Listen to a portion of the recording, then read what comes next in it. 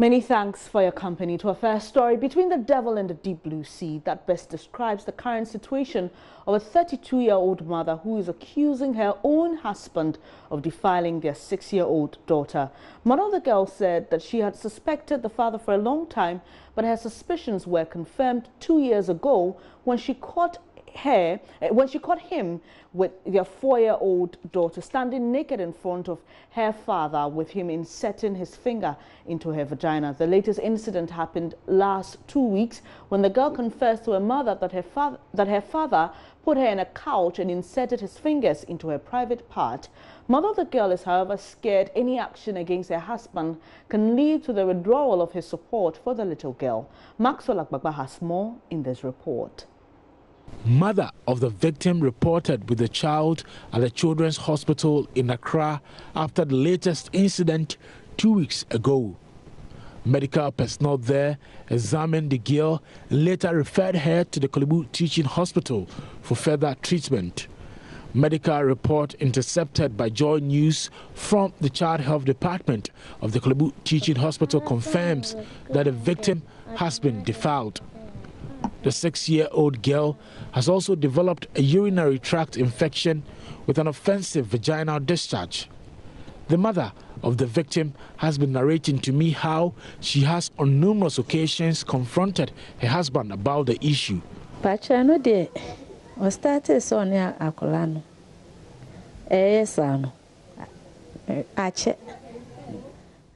He started doing that to our child for a very long time.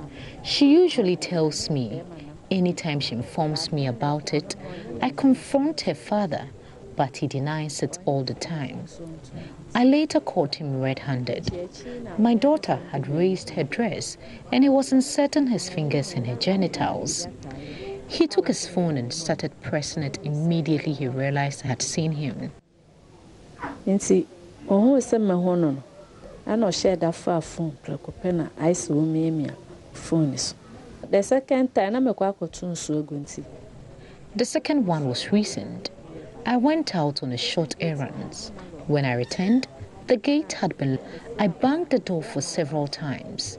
He later asked my daughter to open the door for me. When I went inside and confronted why they had locked the door, my daughter was unable to speak, but shortly after her dad left, she opened up to me. She narrated how her dad put her on a chair and inserted his fingers in her genitals.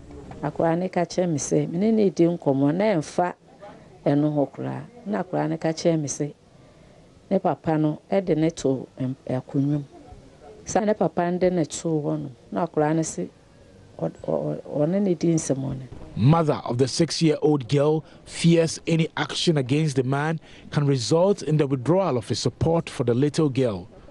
I am scared if I go and report, I would have problems afterwards. That's why I did not report it. We have quarreled over the issue many times.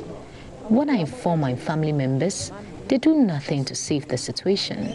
Some of my family members tell me to forget the issue. Otherwise, he will develop negative thoughts for me. The 32-year-old trader is depressed about the situation. For Joy News, Maxwell Agbagba. Deputy Minister for Education Barbara Shaisi says head teacher of Eduman DA Junior High School, Robert Sepe, who recorded himself having sex with a senior high school student, will face 10 disciplinary measures. The Ghana National Association of Teachers, NAT, has released a statement saying Mr. Sepe has done no wrong since the student he was recording with is a consenting adult and he did not circulate the video. Mrs. Ashaisi, however, says Sepe's image as a head teacher has been tarnished and it will be difficult for him to carry out his duties. She also outlines plans her ministry has to check sexual abuse and harassment in schools. Looking at the image, I mean, as a head teacher and the image even out there on the social media, I don't think he will even be comfortable to even, probably get to the classroom. I don't think, excuse me to say, anybody who had gone through such an encounter or an experience would even be bold enough to go to the classroom. So we shouldn't try to find excuses, because in the minds of people, we're still thinking that there is a student teacher, relationship, which we do not encourage. Teacher-student relationship, we do not encourage. So it doesn't matter your age. Somebody can be 20 and still be in school, but whilst we're in school, you are still, a student. But she's not his student. She's in another school, at senior high school. She's graduated from the school he was a teacher in, and they're having the Ghana National Association of Teachers (NAT) has released a statement, for instance, saying that the man has done no wrong. You still want to see him punished? Well, not even if it's not by GES. Even if it's not by GES, I think that the reputation makes it a little bit complex, like you were saying. If the girl is still a student anyway, so it doesn't matter if the girl is your student or not. But I don't think that, looking at the issue, the teacher himself will be comfortable even going back to teach. I believe that it's a very serious, and I sympathize or I empathize with the teacher, because you are thinking that you are having probably a relationship, and this girl is not your student, and the girl is 18. You understand? So the law doesn't frown on somebody who is 18 years and is still engaging. But I don't think it's also healthy. Most especially if it was private, that's fine. But in the public domain, it makes it a little bit complex and difficult.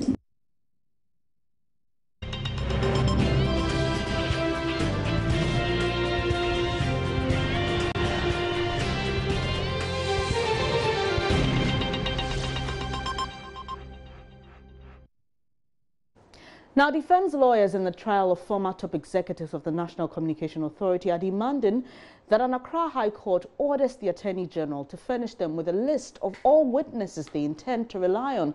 The lawyers are also drawing the court's attention to some allegedly false reportage around the case. The hearing is currently ongoing. My colleague Daniel Dazi joins me in the studio with more. Now, Daniel, you've been monitoring events in the court. What more has been happening in court? Well, today, of course, is Thursday, and in this particular case, the court hears the case on Tuesdays and Thursdays. And so defense counsel came forward, and the first concern that was raised was about this issue of false reportage. They referred specifically to a Daily Guide front page where the witness that was called by the prosecution earlier, that was Madame Asafweje, who is now the head of director of legal and procurement as the NCA, was referred to as a lawyer. And she was saying that she did not come, the defense counsel was saying that they did not call her as a lawyer per se, and so she should not be referred to as such in the headline. The judge disagreed, and so they went ahead with the hearing. Also, at a point, all the separate legal teams for both Mr. Bafo Boni, Mr. Tevi, Mr. George Derrick-Opon requested that the Attorney General, Madame Gloria Kofo, furnishes them with a full list of witnesses. One of them is quoted as saying that how can a man go to war if he's not prepared? They would like to know the witnesses that they will be facing in court. But Madame Gloria Kofo said that in trials of this nature, they are not required to furnish this list. So the case is still ongoing, but that's not what we know so far. All right, thank you very much for the details, Daniel Dazi. There, our man Joseph Akabla is in court for us, and we'll be bringing you more on what happened during the day. Now, some Ghanaians have been rating 1 year of the NPP administration following Imani's assessment of the manifesto promises of the new patriotic party and the performance in the various sectors. A 2018 Manifesto report reveals the governing party scored high marks in delivering on its promises on agricultural production, education, but performed poorly at job creation. Other sectors were also evaluated. The analysis, according to the think tank, evaluated the 2016 Manifesto, 2017 and 2018 budget statements, coordinated programs for economic and social development, and project and news report. But while some Ghanaians agree with the Imani verdict, some disagree and are calling for more action, especially on education, health and security. Komla Adom has been engaged in some of them. Wednesday, Imani Ghana released a report assessing the first year of the NPP administration so far, putting it vis-a-vis the manifesto promises made by the NPP before they came into power and actual implementation of some of the campaign promises they made during the first year in office. And they, for example, have been rating government fair in some sectors and also rating government quite poorly in some other areas. So, for example, in education, Imani says the implementation of a free SHS, for example, was a step in the right direction. And so it was a fulfillment of one of the campaign promises of the NPP before they came into power. They also talk about some other educational promises that were made by the NPP. But in the employment sector, for example, Imani rated government poorly because the NPP campaigned largely on the creation of jobs during the campaign season. But 1 year in office, there's not too much scientific evidence to show how much work or how much of employment has been created by the government so far. So they say government must do better in that regard. Also in the agricultural sector, for example, they say the Planting for Food and Jobs program is a step in the right direction, but more transparency and accountability is required in that area. In terms of governance, for example, the implementation of a paperless system ranked high on Imani's manifesto report. They say that governments have fulfilled that campaign promise, but have failed to implement the National Identification Program, which is issuing ID cards to all Ghanaians. So we're here to find out what some individuals think about the manifesto report, 1 year in office of the NPP, and we'll also try and find their independent assessment of the first year in office of the NPP. Thank you very much for joining us there. So is this manifesto report a fair reflection of what has happened in 1 year in these various sectors, you'd say? Well, I totally agree with the Imani report. I think that it's a fair representation of what has transpired over the 1 year that the Akufo-Addo-led administration took over. Are there any specific sectors you want to touch on? For example, they talk about job creation. The NPP campaign massively on the ticket of creating jobs for the unemployed people of the country. Have they achieved this particular campaign? Well, I recall last week when the president met the press and such a question was put to him. I think he himself was not able to state categorically the percentage of work that has been done or something. Created, jobs that have been created. And so I, being a normal citizen, I don't think I'll be in the position to do that. I cannot see any job being created. Yeah, and I followed, I think Imani did a survey on Facebook, which I followed, and a lot of the responses that were coming were in the negative, that there were no jobs in the system. And so I think they failed in that regard. Okay. Now, let me come to you. He's talked about job creation. Let's talk about, for example, the agri sector. They say the Planting for Food and Jobs program, is a very good initiative by the NPP, but they want to see a lot more transparency in some of the dealings in this particular sector. You agree with that? Yes, I do agree completely with that, because it's a good initiative, like you have mentioned, but when you look at its implementation and the backup programs or things that must be done in order to realize the policy, the effectiveness of the policy, it's missing. And I think that plans must be put in place to make the policy or this program a very effective one. And I believe when it's done, it will go a long way to help individuals in the country, and it will help the country as well. Days ago, my colleague Joseph Opoku-Gakpo had an interview with the Agric Minister where he says over 700,000 jobs have been created in the agric sector under the tickets of the Planting for Food and Jobs program alone. Is this something that we can go with? 700,000 jobs over?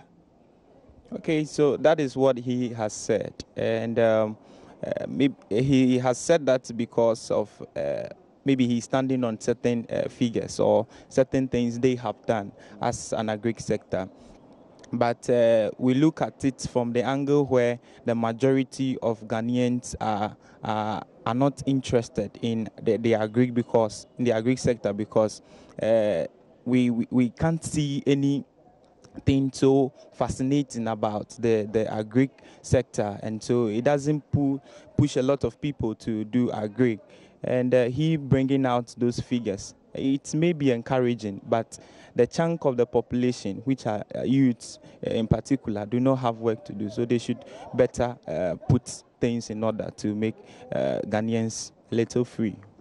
Okay, let me come to you. They talk about education, for example. They say the NPP announced that they were going to implement a number of education reforms when they are voted into power. So 1 year gone, we've seen the implementation of a free SHS policy. We know it's been dogged by some challenges, infrastructural challenges and other issues here and there. Would you say that the Imani assessment of the education sector in 1 year of the NPP administration as fair is a good reflection of what has happened in 1 year? Yeah, I think it's a good reflection of what has transpired so far during the year. There are more rooms for improvement, but I think it's a fair reflection of what has transpired so far. But my main take is my issue I have is bordering on security. Okay. This is a regime where we have about 3 substantive ministers taking care of our security, but we hear vigilante groups and insecurity is taking place all over the country. So it's quite discouraging that we have that number of ministers taking care of just a particular sector, and the issues and that sector is not being handled properly. So that's what I'm very disappointed with the government so far. But I'm hoping as time goes on, they will be able to get a control of it. Okay, and that brings me to you. One other thing they talk about is the implementation of the paperless system at the ports to ensure efficiency and all of that. But Imani is disappointed. The NPP in 1 year have not been able to achieve the national identification promise that they gave us. You agree with that? Yeah, I think that it's one of the major things that they campaigned on as well.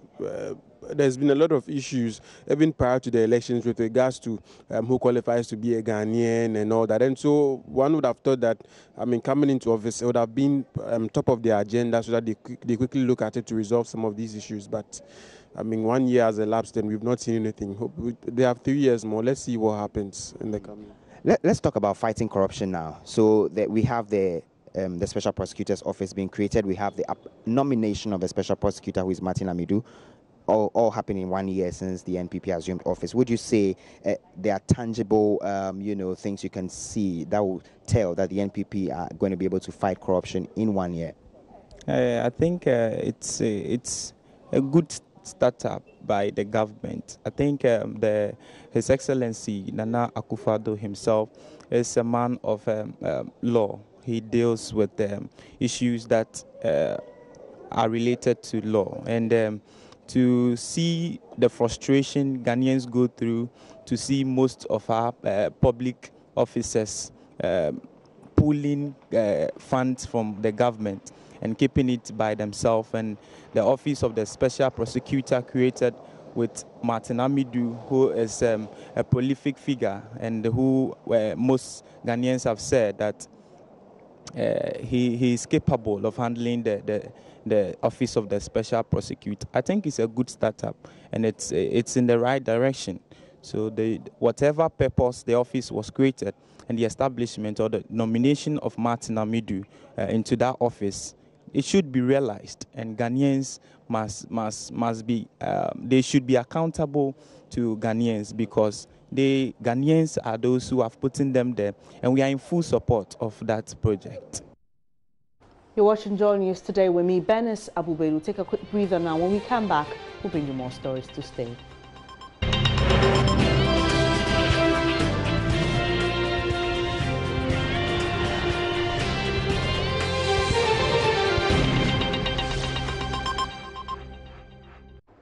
Thanks for staying here on Joy News today. Let's head to Parliament now, because the Cash for Seed Committee is probing the Controller and Accountant General's Department. My colleague Joseph Pokugapo is on the phone with more. Hello, Joseph. Hello, Benny. So tell us exactly why officials of the Controller and Accountant General's Department are before the Cash for Seed Committee, probe committee. Okay, so they are not actually before the committee yet. I walked into the committee room where they hold their sittings and met some of the members, the spokesperson of the committee, Yabuabia Samwa, and he tells me that they are coming to hold a public sitting with the Controller and Accountant General, and they are expecting him to respond to questions about monies that went through the accounts of the Ministry of Trade and Industry, and they would want some additional clarifications and documentations on how those monies came in and how they were expended. And so sometime a little later in the day, they are expecting the Controller and Accountant General to appear, but he's not showed up yet. But that's the indication that we're getting, that those are some of the issues that will be raised when he appears before the committee. You would recall that the Trade Ministry had indicated that they collected the said amounts on behalf of the Millennium Excellence Foundation, and that the checks that were written were actually written in the name of the Trade and Industry Ministry, and it was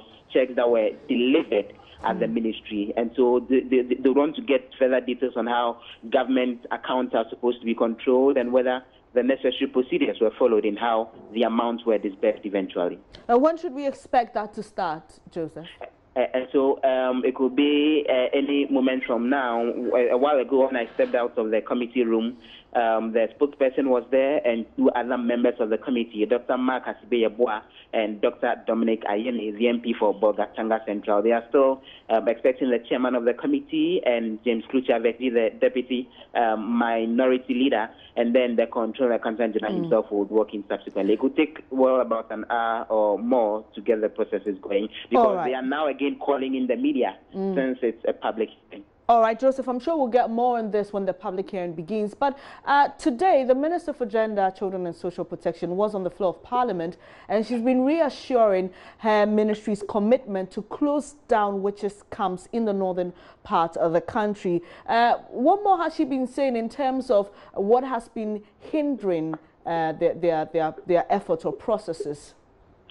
So there were questions from MPs to her on the specific procedures that are being taken to close down the camps. Dr. Bernice Adekuhelu, the MP for Hohoi, raised that even after the minister assured that she would be closing down the camps and that she's committed to doing that. And the minister indicated that even some of the suspected witches, when the camps are closed and they are asked to, when the camps are being closed and they are asked to go home, they are hesitant. They insist they wouldn't want to go home. The reason being that they are usually afraid that if they go home and anything bad to happens to anyone in the community, then they are the ones who become the targeted groups, and people suspect them that they were responsible. When deformed children are born in the community and all, then everyone then turns around and accuses them, and then they get assaulted and all of that. So the unwillingness of some of the suspected witches themselves has become a key hindering factor to closing some of these camps. But there would be undertaking the necessary sensitization going forward, so we don't see a repeat of those assault cases. Thank you very much, Joseph. We'll come back and touch base with you when that committee begins its public hearing. Now, residents of Koforidua Zongo in the Eastern region want government to channel their benefit of the Zongo Development Fund into health care, education, employment creation, and proper drainage systems. Some youth in the Zongo community are also worried about the crime rates in the area and stigma of violence associated with Zongo boys in the country. Residents of Koforidua Zongo have been speaking with Maxwell Kudako on Joe News Agenda. He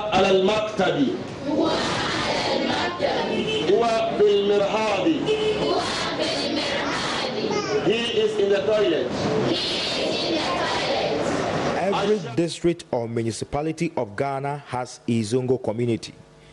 Zongos have become very heterogeneous, inhabited by people from different faiths, cultures, and languages.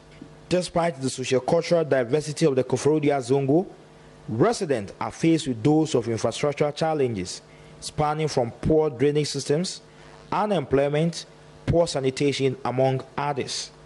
Creation of the Ministry of Inner City and Zongo Development and the subsequent establishment of Zongo Development Fund aims to bridge the infrastructure gap within the Zongo community.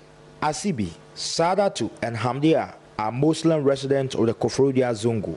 They were born here and have lived here all their lives. They have been telling us what they expect the Zongo Development Fund to be used for in the Koforidua Zongo. Erosion high. If you chromo bar, car number fire, no fire and fire. Now I can say quine in, no we see our quine so. Uber bad you fat dropping, and so. I ask them and yen and they will sky the fat dropping. Aquana say, Gata new into a young son to erosion, near to 20 cars and a bomb to me back. Near your penny say, Juma. Yen animal boys in Kituan, baby near Juma.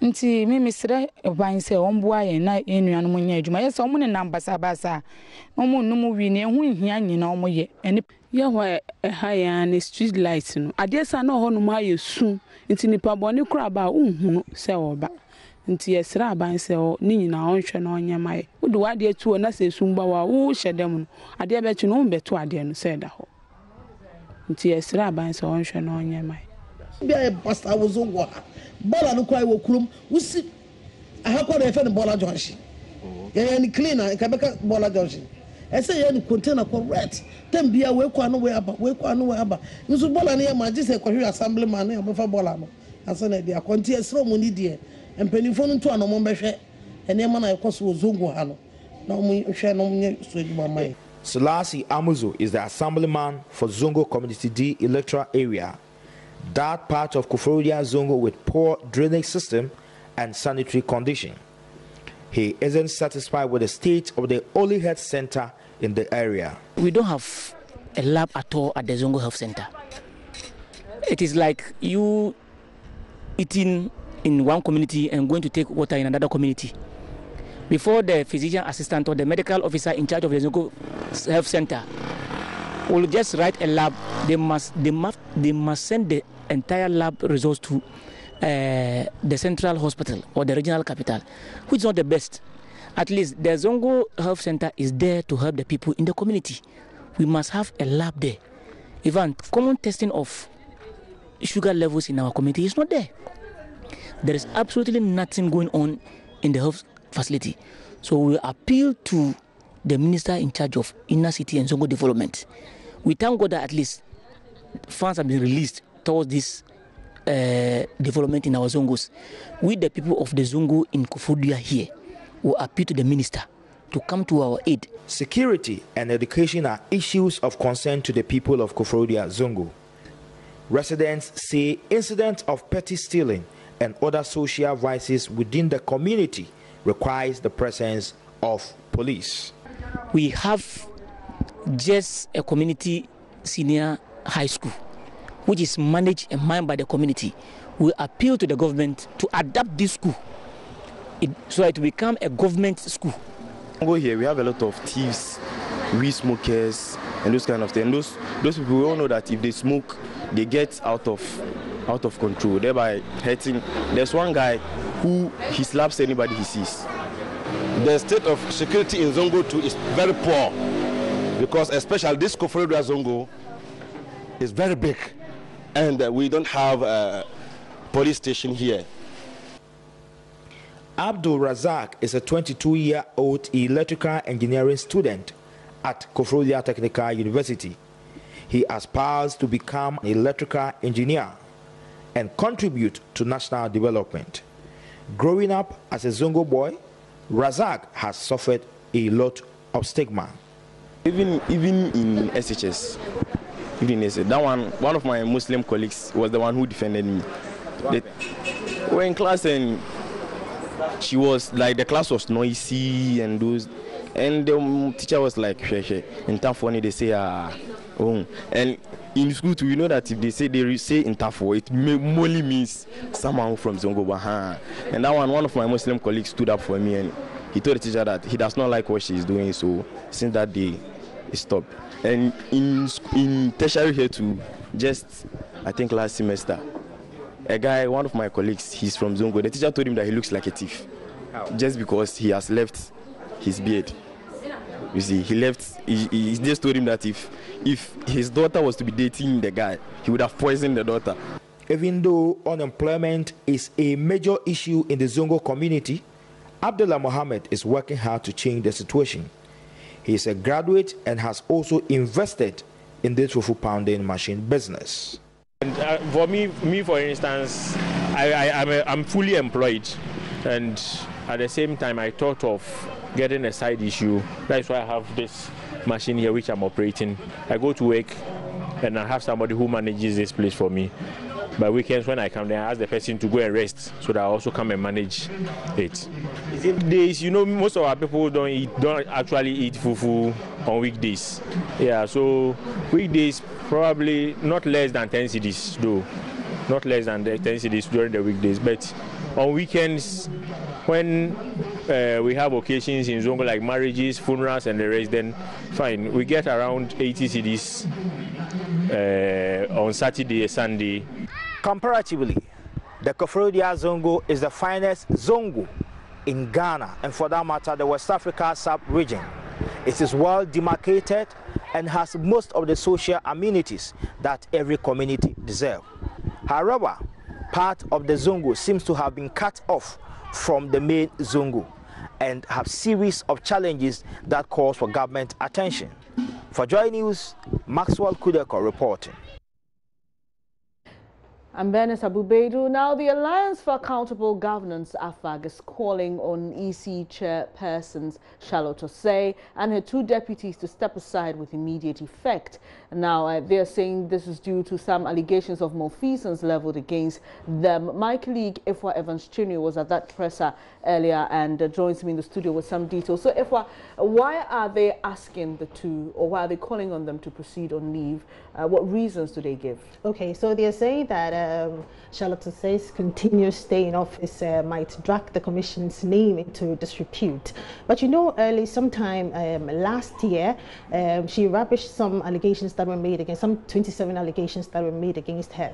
But AFAG is saying that President Akufo-Addo must get her to step aside so that investigations can commence, because when she's still in office, the investigations or the whatever is going on might be compromised. So she has to step aside so that investigations can commence. But you also know that Henry, at the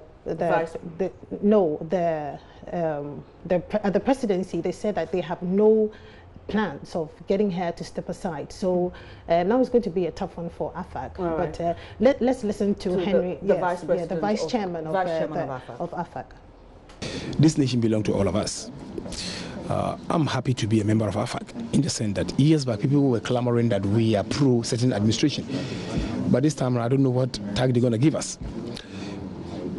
The brief of it is that we are calling on the president as a matter of urgency to see to it that Madam Charlotte Osei resigns her office, or he invoke the powers vested in him to make a step aside. We are not calling for dismissal, since he has no mandate to do that. A lot of allegations have been leveled against this institution that she has. As I'm talking to you, the Attorney General has found a prima facie case against her. Why is it that she's still at post when her deputies have been asked to go and step aside? Again, the finance director has been asked to go step aside. So why single her out? We believe that in the area of fairness and fair play, she must equally be asked to step aside. A lot of people put a petition against her. How do you just oppose it when somebody has petitioned against you, a staff has petitioned against you, and you are still at post? What will be the fate of the persons that you get to know they are doing this? Naturally, they will not be people of their conscience. Coming to work might be a bit difficult. The powers that she was are so powerful that she can make life uncomfortable for these people. So in brief, we are calling the president, for that matter, to make sure that all these allegations leveled against her, we are not assuming that they are true, because that's why they say it's an allegation, but in the area of fair play and justice, as the lawyers will say, he who comes to equity must come with clean hands. And secondly, the wheel of justice grants slowly.